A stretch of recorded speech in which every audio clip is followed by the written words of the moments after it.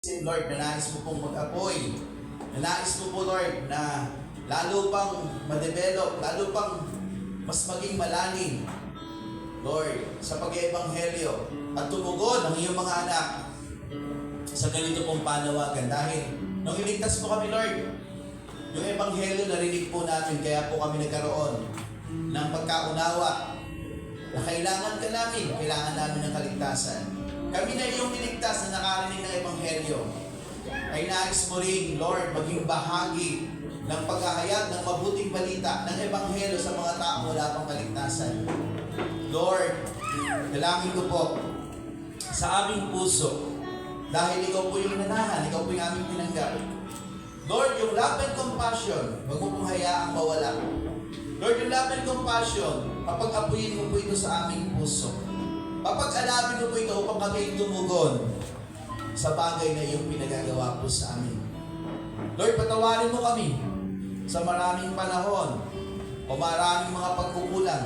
Nauuna namin yung ibang bagay, yung pangangailangan, kabuhayan, trabaho, hanap buhay, pag-aaral, iba't ibang bagay, Lord, na umaagaw na aming atensyon. Patawarin mo po, Lord, ang bawat isa. Kung dito nauubos yung oras po namin at napapabayaan po namin yung pinakamahalaga, yung pagbabahagi ng mabuting balita. Lord, kaya kami nag-aaral ng salita mo. Hindi lang para kami lumago, hindi lang para kami lumalim.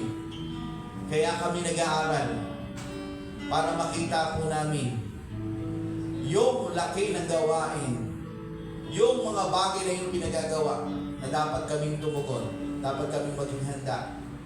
At willing kami, Panginoon, na maging bahagi sa pagpapalawak ng iyong kaharian dito po sa lupa sa pamamagitan ng evangelism, ng pagbabahagi ng iyong salita sa mga tao na wala pang kaligtasan. Lord, ikilos po kami ng iyong kapangyarihan sa pamamagitan ng mga salita mo po ito na nagpapaunawa po sa amin. Bigyan mo po kami ng kalakasan. I-refresh mo po yung aming isipan, aming puso, sa katotohanan, sa kung ano ang pagkatawag mo po sa amin, na tinawag mo kami upang iligtas at upang gamitin sa ibang tao na maging daluyan ng iyong salita, ng mabuting balita ng kaligtasan para sila rin naman, Panginoon, gaya po namin na tumanggap sa iyo, ay makakilala rin at maligtas din po sila. Maging bahagi sila ng iyong kaharian, maging pamilya mo po, na kung saan inihanda mo po ang langit para po sa lahat ng tao. Maraming salamat sa umaga po ito. Ang iyong salita ay patuloy mo po itanim sa aming puso.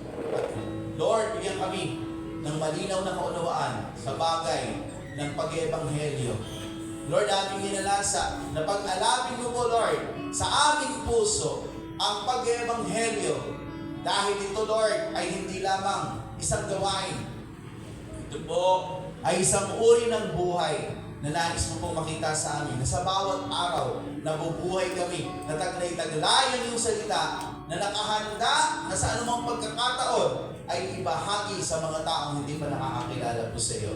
Maraming pong salamat sa iyong salita. Purihin ang iyong pangalan. Sa pangalan ni Jesus, ito po ang aming sabot panalangin. Amen. Amen.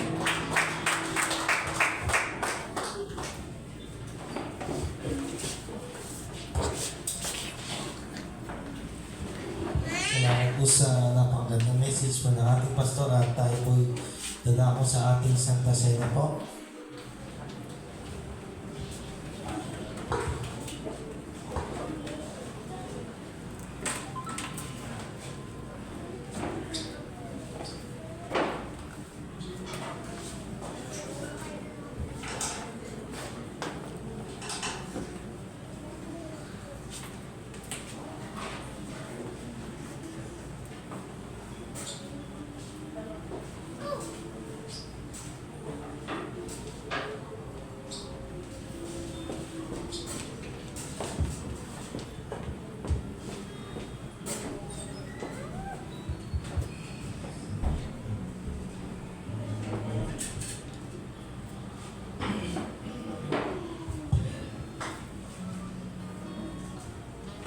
Sige po mga kapatid, tayo pong lahat, tayo magsitayo sa umaga po ito.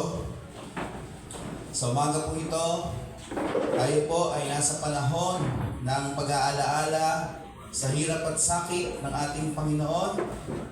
Natin po itong ginagawa bilang simbolo ng ating ugnayan sa Panginoon sa pamamagitan ng ating pagtanggap sa kanyang katawan at dugo na sinisimbolo ng tinapay at inumin ng tinapay, sumisimbolo sa katawan ng ating Panginoong Hesus na nabayubay dun sa krus, nahirapan, nasugatan dahil sa ating mga kasalanan.